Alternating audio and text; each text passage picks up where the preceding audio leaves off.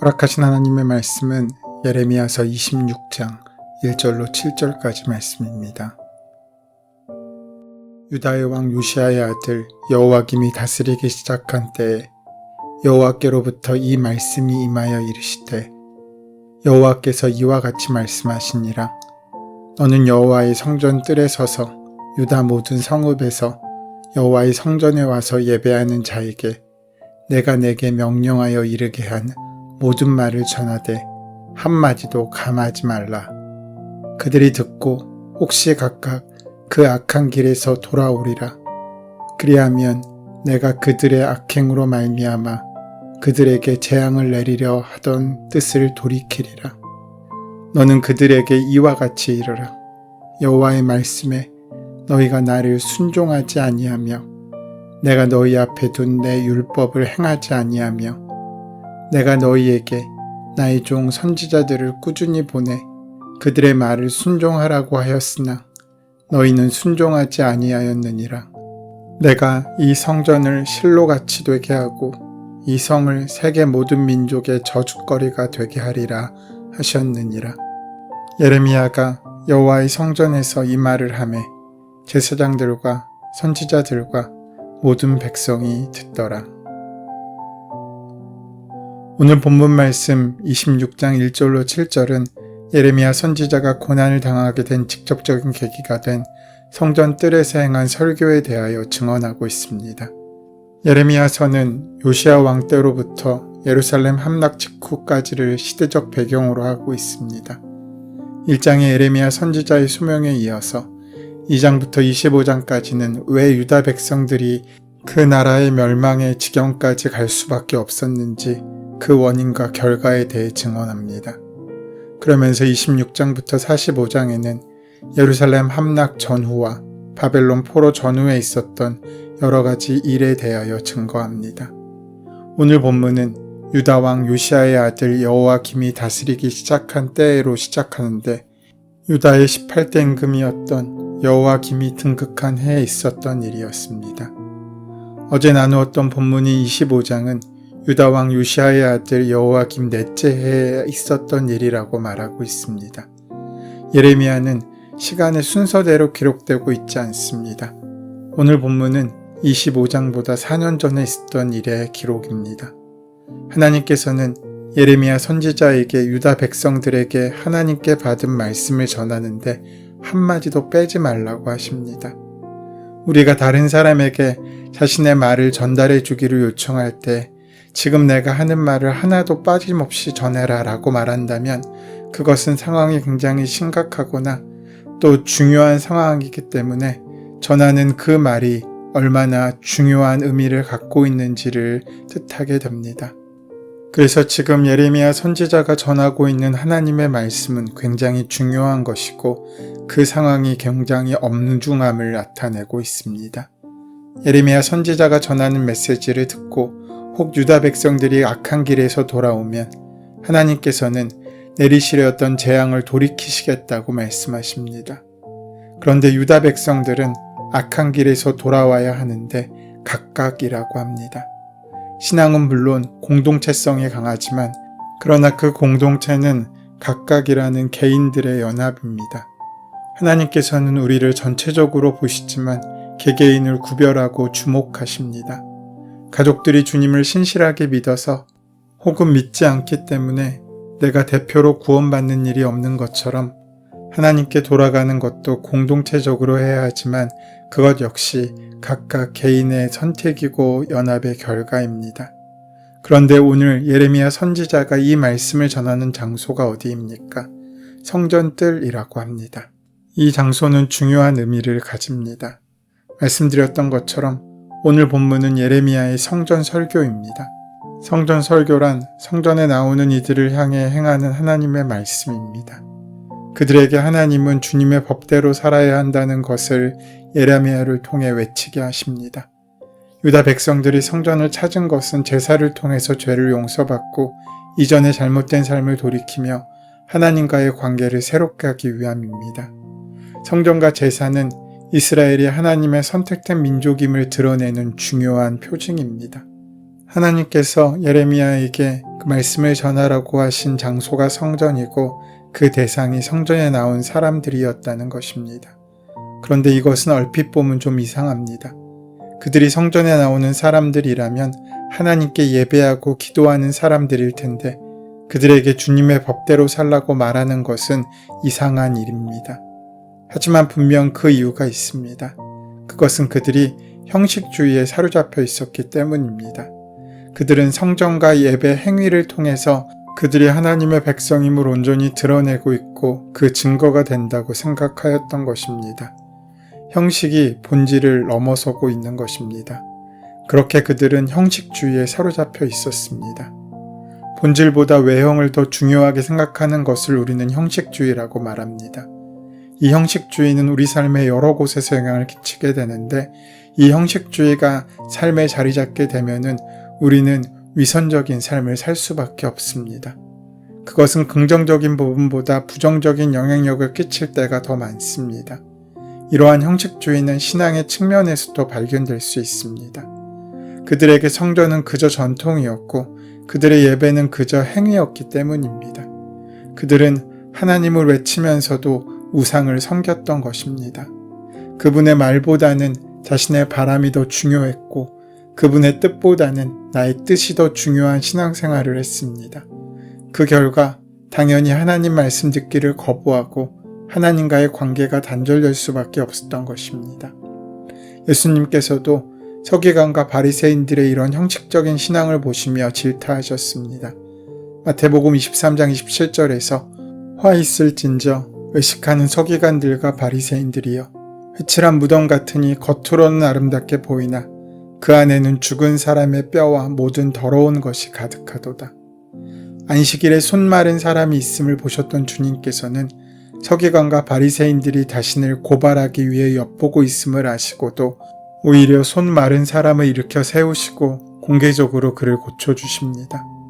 서기관과 바리새인뿐만 아니라 형식적인 신앙의 틀에 갇혀버린 사람들에게 형식의 틀을 깨주시기 위한 까닭이었습니다.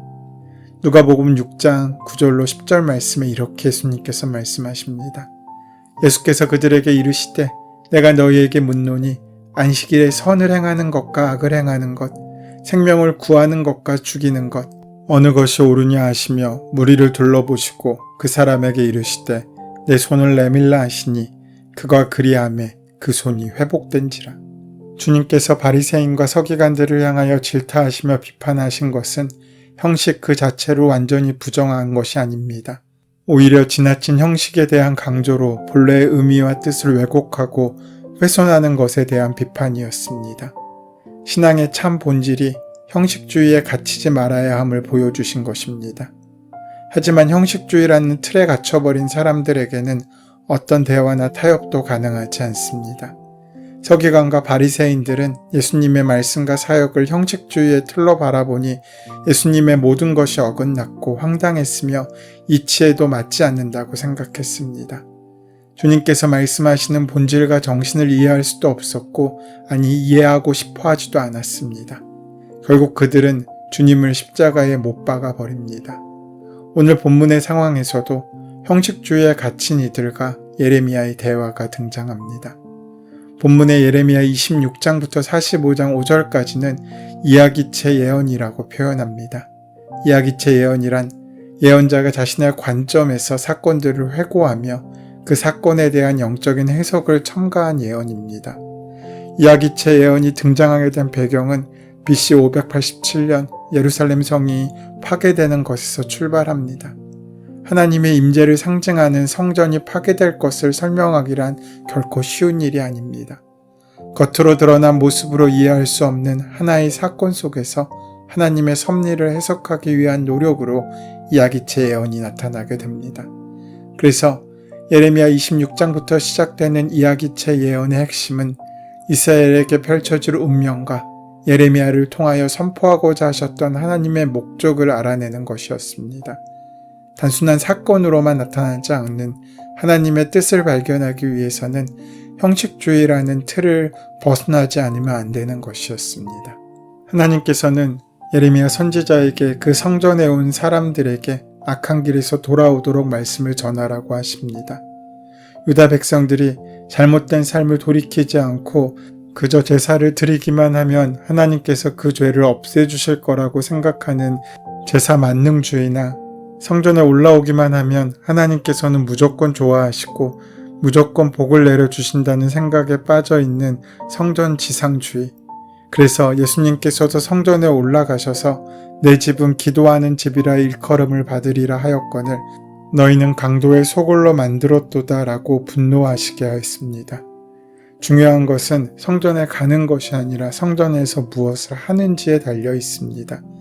단순하게 화려하게 제사를 드리는 것보다 그 제사에 드려진 그 마음의 진심이 무엇인지가 더 중요하고 기뻐하시는 것이었다는 것입니다. 예레미야서 26장의 본문은 사건 속에 나타나는 하나님의 뜻을 이야기하는 예레미야와 형식주의에 빠져 대답하는 제사장과 선지자들 간의 갈등이 고스란히 나타나고 있습니다. 먼저 예레미야는 예루살렘 성전이 무너질 수밖에 없는 이유를 본문에서 이렇게 말합니다. 4절에서 6절까지 말씀에서 너는 그들에게 이와 같이 이르라. 여호와의 말씀에 너희가 나를 순종하지 아니하며 내가 너희 앞에 둔 내 율법을 행하지 아니하며 내가 너희에게 나의 종 선지자들을 꾸준히 보내 그들의 말을 순종하라고 하였으나 너희는 순종하지 아니하였느니라. 형식주의적 생각을 가진 제사장들과 선지자들에게 무엇보다 중요한 것은 성전이라는 건물 그 자체였습니다. 형식주의 신앙을 가진 이들에게 하나님의 임재의 상징인 성전이 무너지는 일은 상상조차 할 수 없는 일이며 성전이란 화려하고 웅장하고 위엄있게 그 자리에 서 있어야 했던 것입니다. 하지만 예레미야와 하나님께게는 성전 그 자체는 별로 중요한 것이 아니었습니다. 성전보다 더욱 중요한 것은 성전을 성전되게 만드는 참된 예배와 순종과 청종이 더 중요했습니다. 하나님의 말씀에 대한 순종과 청종이 없는 성전은 더 이상 성전일 수 없었습니다. 그래서 예레미야는 여호와의 말씀에 순종할 것과 여호와의 목소리를 청종하라고 말하고 있는 것입니다. 예레미야는 성전 그 자체를 부정하거나 무시하는 것이 아닙니다. 또한 성전의 무너짐이 바로 하나님의 부재를 나타내지도 않습니다. 다만 그 성전 안에 있어야 할 순종의 정신이 죽었고 그것을 회복해야 함에 대해서 이야기하고 있습니다. 하지만 성전이라는 형식 그 자체에 사로잡혀 있던 제사장과 선지자들은 예레미야가 성전 자체를 부정했다고 착각했습니다. 이런 성전주의자들은 예레미야를 너무나 싫어했습니다. 그래서 그를 잡아 죽이고자 합니다. 이는 마치 예수님을 죽이고자 안달했던 유대 지도자들, 제사장들의 모습을 떠오르게 합니다. 그들은 여전히 제사를 드렸지만 하나님의 심판의 표적이 되었고 그들은 여전히 하나님의 이름을 외쳤지만 하나님과는 상관없는 사람으로 지적되었습니다. 이를 두고 예수님은 주여 주여 하며 선지자 노릇을 하고 많은 권능을 행할지라도 그는 하나님과 상관없는 사람이 될 것이라는 말씀에 연결되어 있는 부분이라고 할 수 있습니다. 하나님께서는 하나님의 말씀에 순종하지 아니하면 아무리 성전 안에 있어도 소용없다고 하십니다. 하나님께서는 당신의 백성들이 말씀에 순종하도록 하기 위해서 선지자들을 꾸준히 보내셨다고 말씀하셨습니다. 그분은 한 번 보내신 것이 아니라 끊임없이 보내십니다. 우리를 한 번 사랑하시는 것이 아니라 끊임없이 사랑하십니다. 우리가 가만히 귀를 기울이면 하나님의 그 사랑의 손길을 만나고 누릴 수 있을 것입니다. 우리가 말씀의 내용을 몰라서 그렇게 살지 못하는 것이 아니지 않습니까? 우리가 귀를 기울이면 하나님의 말씀은 성경을 읽고 묵상하는 것을 통해서도 오고 예배 시간에 들려오는 말씀을 통해서도 오며 기도 중에도 오고 문득 떠오르기도 합니다. 문제는 내 속에 순종에 대한 의지와 결단이 있는가 하는 것입니다. 없다면 우리가 아무리 예배당 안에 있다고 해도 소용이 없고 반대로 순종에 대한 의지와 결단이 있다면 내가 어느 곳에 있든지 그 자리가 하나님이 말씀하시는 성전이 될 것입니다. 우리는 그리스도를 믿는 사람들입니다. 그렇다고 자동적으로 하나님의 뜻을 아는 것이 아닙니다. 그러기에 애쓰고 노력할 수 있어야 합니다. 오늘을 어제와 같이 살지 말아야 합니다. 오늘은 또 다른 결단으로 살아갈 수 있어야 됩니다. 마치 오늘 처음 그리스도인이 된 것처럼 말입니다. 그렇게 새로운 아침, 새로운 결단이 시작되는 귀한 하루가 되시기를 소원하고 축원합니다. 은혜의 주님, 우리가 말씀을 대하거나 들을 때 내 귀로 듣지 않게 하시고 하나님께서 하시는 음성이 내 마음 가운데 들리고 그 말씀에 온전히 순종할 수 있도록 인도하시고 함께하여 주시옵소서. 예수님의 이름으로 기도드립니다. 아멘. 이제 오늘 이 아침 우리에게 허락하신 본문의 말씀이 오늘 나에게 주시는 하나님의 음성으로 만나질 수 있도록 본문의 말씀을 깊이 묵상하시고 함께 기도하는 시간 가지도록 하겠습니다. 함께 기도합니다.